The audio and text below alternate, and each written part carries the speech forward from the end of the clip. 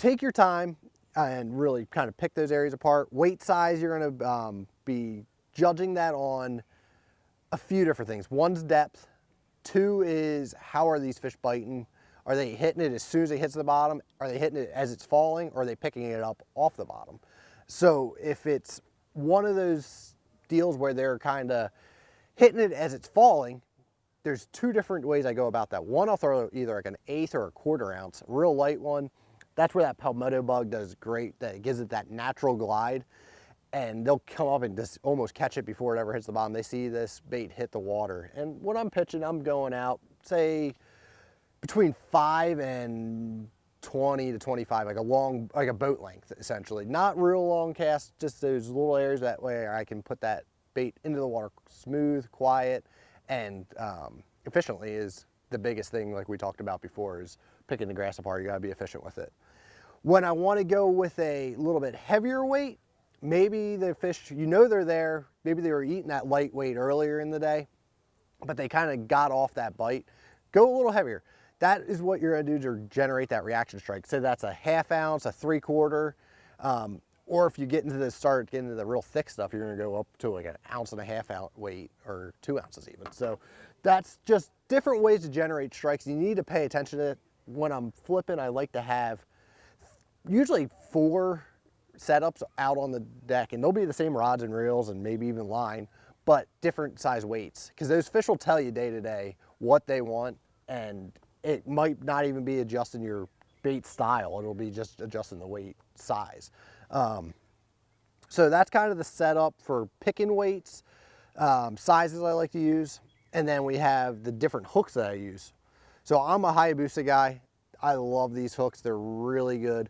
They're come in 2 different wire gauges. So we have a regular, it's called the FPP straight, and then we have the FPP straight HD, which is a heavier gauge hook. Won't flex out at all for you. The regular one, it doesn't flex hardly at all either, but this guy here, when I'm throwing braid, that's when I go with that HD version. The regular version here, that's what I use for when I'm using fluorocarbon for the most part, or if I'm flipping around, say a lighter grass, but the water's got a heavy stain to it, and I think I can get away with braid, I'll do that then. Line sizes, this comes down to a lot to water clarity and what you're fishing, like type of grass you're fishing around. So if I'm fishing around that milfoil, coontail, even eelgrass where it's more sporadic and not super bunched up and balled up like a hydrilla would be, I'm going with 20-pound fluorocarbon. If the water's got a really good, like clean color to it, I'll drop it to 17. I'll even go down to 15 occasionally, but when you do that, you got to be a little more cautious and think about your hook set. You can't just go and wind down on them and crack their head open. That's where you need to make sure you have a medium heavy rod versus a heavy action rod or the extra heavy setups. So that's kind of the line size. I use Seagar. When I'm flipping grass, I really like to use Tatsu. It's the high quality, it's super soft, has hardly any memory to it, so it comes off your reel really well. It lets you present that bait even better. If I was going to use another one of theirs, I would use InvisX. That's my other favorite. I use that a lot when I'm throwing moving baits. But Tatsu, flipping, it just goes together just perfect. When we switch over to fishing a little bit either thicker grass or you got some stain to your water or actually dirt to your water, that's when I'm going to move to braid. I use Seagar Smackdown. It's 65-pound line. Stealth Gray is my favorite one. And it has a texture to it that it actually cuts through the grass really well. Some of them you'll get other brands that will be really smooth and it's silent as it goes through, but I really like having a little bit of that abrasion to the line itself, that it will cut through as you set the hook and give you more of that advantage to getting the fish out of the grass clumps that you're fishing.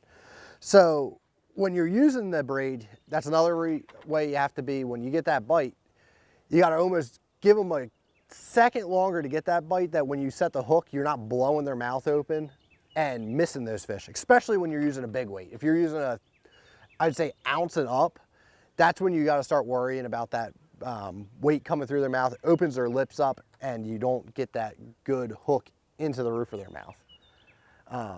And I'll show you another way I kind of rig my whole setup here. Nah, we'll do that right this second actually. So we're going to go in. This can be used both with fluorocarbon and the Smackdown braided line.